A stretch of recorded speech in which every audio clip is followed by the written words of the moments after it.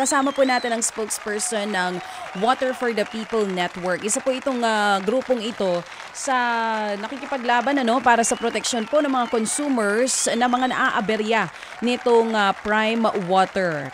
Magandang umaga po, Sir Leo Espelimbergo. Ay, magandang umaga po. Good morning po, sir. Sir, ito nga nasa mga balita na po ngayon, sinabi na rin po kahapon ni Palace Press Officer Attorney Claire Castro na nagsumiti na po ang LUWA sa Office of the President ng kanilang report. Kaugnay nga po dito sa investigasyon ng operasyon ng water service provider na Prime Water. Ano pong reaksyon nyo dito? Maganda po kasi na sana na yung investigation ay nakapubliko. Kasi hindi natin alam kung ano yung nilalaman tapos sasabihin nila lang na pagkatapos kung ano yung magiging desisyon. Ang mga water district kasi naman, kasama kami bilang customer at sa concessionaires kasi kami po ang nagpaunlad ng mga water district eh. Kami po ang nagbayad dito. Mm-hmm. Hindi katulad po ito ng MWSS o ng Maynila at Manila Water na pera ng gobyerno yung ginamit. Eh, dito po kasi sa mga water district, kami po, pera po namin na ginamit dito. Mm-hmm. Kasi nagtakda ng minimum na babayaran namin para siguradong meron kami pambayad doon sa inutang namin para paunlarin yung aming mga water district. Wala pong financial support yung gobyerno para sa mga water district. Mm-hmm, mm-hmm.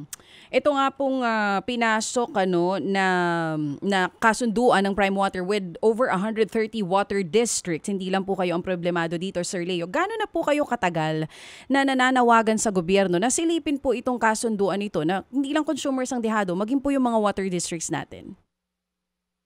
Before po yung start ng joint venture agreement 2017, nananawagan na po kami noon na huwag pumasok sa joint venture dahil ang particular na itong San Jose del Monte Water District ay most outstanding water district sa buong Luzon at pang-apat po kami sa buong Pilipinas. Mm-hmm. Walang dahilan po para kami ipasok pa sa mga joint venture. Hindi namin kailangan yun. Kasi as per COA audit report ang kinita ng water district noong 2017 ay umabot na po ng 243 million. Kaya wala pong dahilan para para ito ay joint venture. Tapos 24/7 po yung aming yung tubig namin. Tapos potable siya, iinom ka sa gripo. Mm-hmm. Ay unlike talagang halos ang inabot na po ng mga mamayan ngayon ay sobra-sobra yung kanilang gastos sa walang serbisyong tubig. Opo, ang tinutukoy kasi ni Sir Leo dito ay particular yung San Jose del Monte City Water District. Kung saan po ang inyo pong household nabibilang, Sir Leo? Opo. Sige. So sabi nga niya, hindi sila sang-ayon doon kasi kumikita naman po kumbaga at noon maayos naman po ang serbisyo ng San Jose del Monte City Water District. Opo. Okay. So ngayon po ito muna meron kayong unang sinasabi kay Chacha na humihingi kayo ng transparency sa ginagawang investigasyon ng LUWA. Opo. Kayo ba mismo ang inyong grupo diyan sa particular na area na nakonsulta ba kayo ng LUWA? Nagbigay ba kayo ng inyong mga patunay nga sa binabanggit na na umano ay kapalpakan na serbisyo nitong Prime Water? Yun nga po ang hinahanap namin kasi kami po bilang bahagi ng aming water district ay hindi man lang kami kinonsulta. Ang nangyari po kasi yung board lang po na dapat ay kinatawan ng mga sektor ng aming lugar at sa lahat ng mga water district, gano'n naman po yung katangian, ay walang konsultasyon para po malaman namin kung ano yung magmula po sa joint venture hanggang ngayon po sa investigation. Wala pong consultation sa amin. Ano ba ang kinababahala po ninyo? Kasi ang press release ng LUWA, actually po kami natawag sa LUWA. Nung una nagbigay po ng schedule ng panayam pero hindi ho natuloy. Pati ho kami natawag din po sa Prime Water sa kanilang panig. Ang kanila pong press release, pati po ng Malacanang na yun nga isang folder na makapal, 2 balikbayan box na mga ebidensya ang kasamang isinumite. sa Malacanang para daw po sa review ng tanggapan ng Presidente. Ano bang kinababahala nyo dito, Sir Leo? Una po, wala po kaming alam, hindi po na isa publiko ang laman ng mga joint venture agreement. Samantalang dapat po ay alam namin dahil bilang kami po yung mga customer at concessionaires na mismo nito, kasi kami rin naman ang nagpaunlad nito eh. Di dapat mayroon kaming alam dahil kami ang epekto po kasi sa amin diretso eh. Opo. Ang katulad ng po ngayon noong San Fernando La Union, yung pong water district doon, terminate na nila yung kanilang joint venture agreement with Prime Water. Kaya lang after 2 weeks nagkaroon kumbaga napatakbo nila yung mga walang tubig, nalagyan na po ng tubig, nagkaroon na ng tubig sa pamamagitan ng San Fernando La Union Water District. Ay nag-file naman itong Prime Water ng parang ang temporary CRO para patigil sila doon sa kanilang ginagawa at ibalik sa Prime Water uli. Na kinatigan naman ng agad. At ang masama dito, permanente na ngayon yung paglipat uli sa Prime Water. Kaya ito po yung pinababahala namin ngayon, yung kalalabas na ng mga investigasyon. Alam naman po natin na yung pinakamayaman yung nagmamay-ari nitong Prime Water, baka mamaya, katulad nga lang yung judge doon sa San Fernando La Union, sandali lang nag-decision ka agad, wala man lang consultation. Opo, kasi nga dito nang himasok yung hukuman at yung hukuman naglabas ng desisyon pabor sa Prime Water. Opo. Opo.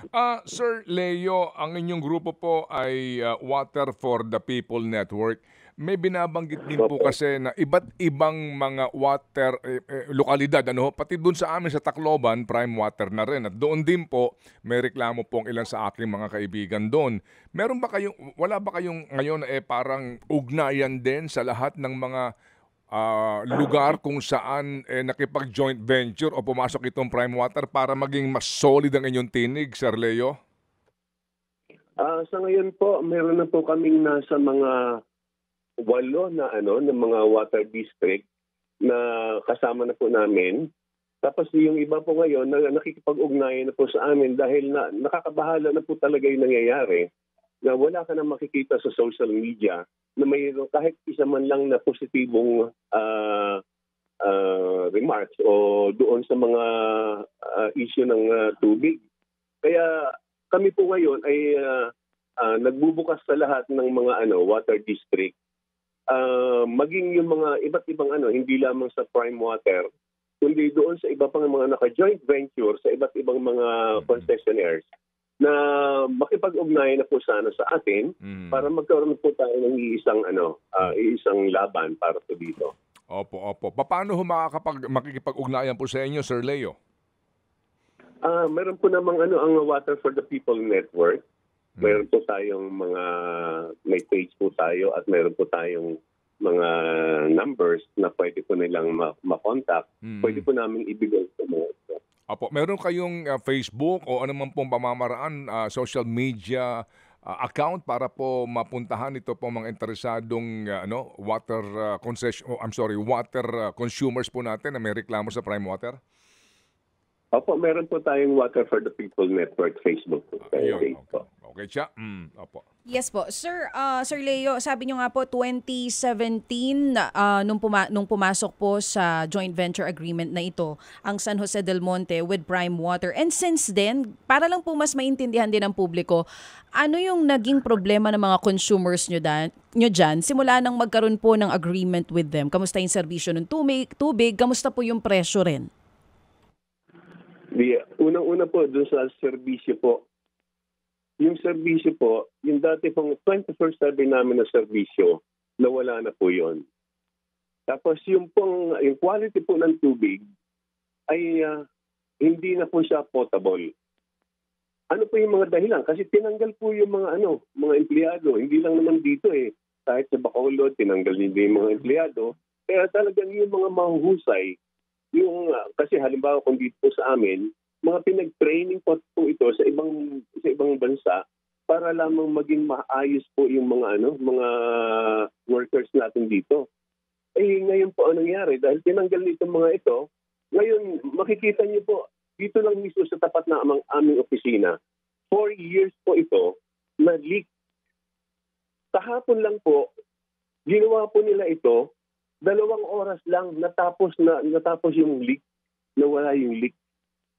Kaya makikita niyo po talaga na wala talagang ginawa silang maayos na management at pangasiwa mismo ng water district. Kaya ang nangyari pa nito after ng 5 years, noong March 2023, nag-increase po sila.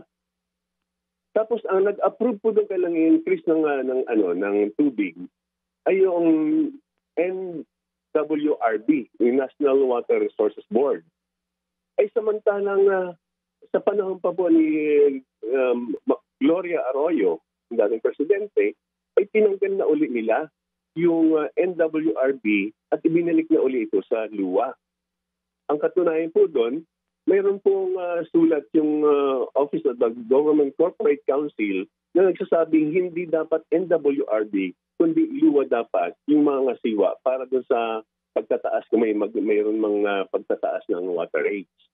So, yun po yung Ngayon, ang nangyari po nito, tumaas na almost 300% yung kanilang singil sa tubig. Dahil wala na ng tubig, nagbabayad kami kahit walang tubig dahil may minimum charge. Ang mangyayari pa, yung dating 10 cubic meter ay ibinaba nila ng 5 cubic meter. Kaya pag tumaas doon sa 5 cubic meter, iba na po yung presyo. Pag tumaas pa ng 10 cubic meter, iba na rin po yung presyo. Tapos yung po mga sari-sari stores, na hindi naman talaga kukonsumo ng mga tubig, ginawa po nilang semi-commercial. Ay di ngayon, ang kanilang ay minimum charge sa kanila ay 1,000 plus na. Oo, mas mataas. Kaya grabe po talaga. Grabe. Oo. Sir Leo, may magagawa po ba ang San Jose del Monte LGU sa problema ninyo? Inilapit nyo na po ba ito sa kanila?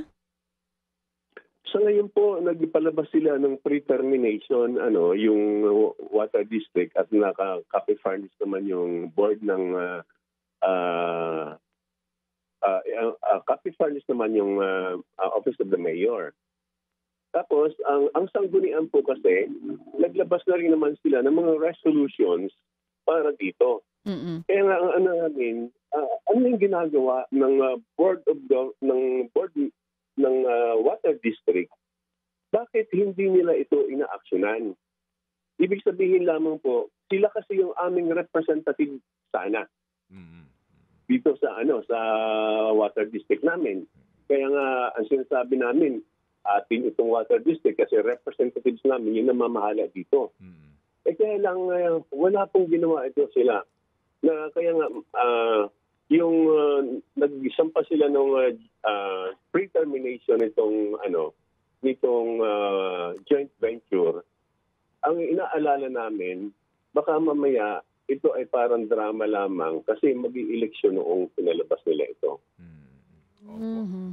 So sa inyo po, sir, magkano per cubic meter ang singil sa inyong residential, sir, nitong Prime Water? Magkano per cubic meter, sir? Dati po yan 280, tapos nagtaas na po ngayon, 300 plus na po siya. 300 pesos per cubic meter. Ay, ang per cubic meter po ay lumalabas na...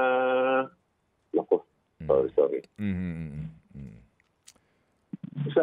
Ang minimum po kasi yung sinasabi ko kanina, yung minimum charge na para din sa... Kaya lang, 5 cubic meter na ngayon, hindi na 10 cubic meter.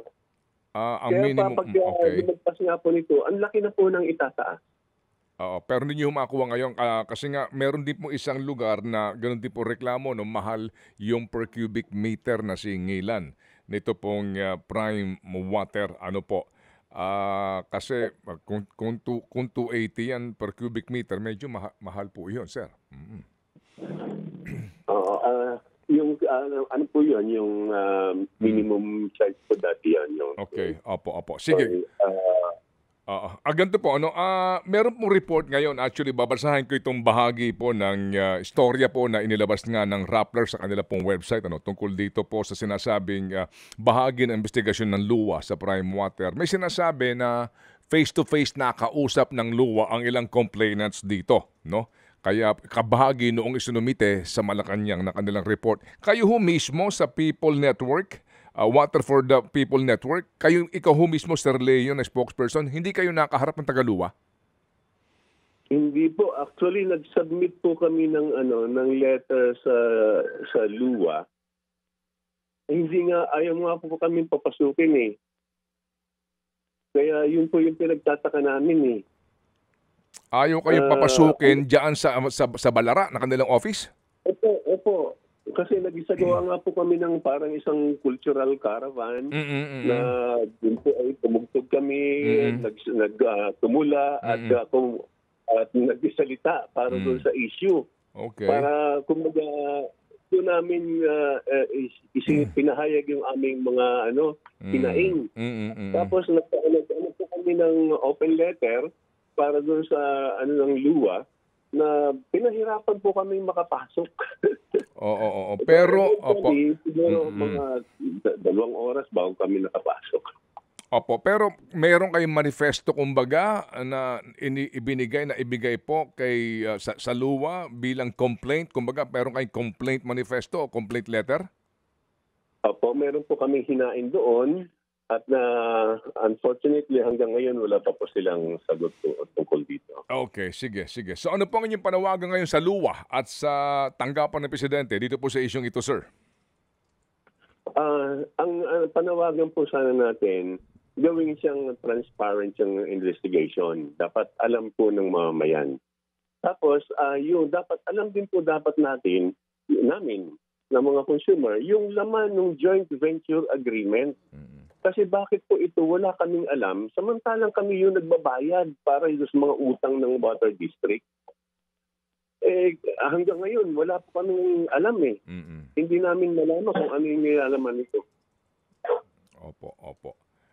So ang inyo pong hinihingi ngayon transparency doon sa mga laman ng mga joint venture agreement bilang bahagi po ng local water districts as on the part of the consumers, at ito pong ginagawang investigasyon na maging bukas para wala pong duda ng anuman pong, alam niyo na ibig ko sabihin, yung inyo pong pinaghihinalaan. Sige, salamat po na marami, Sir Leo. Kami tatawag din po sa Opo. Ang panghuli na lang po, Sir Ted, dapat po talaga matigil na yung mga privatisasyon.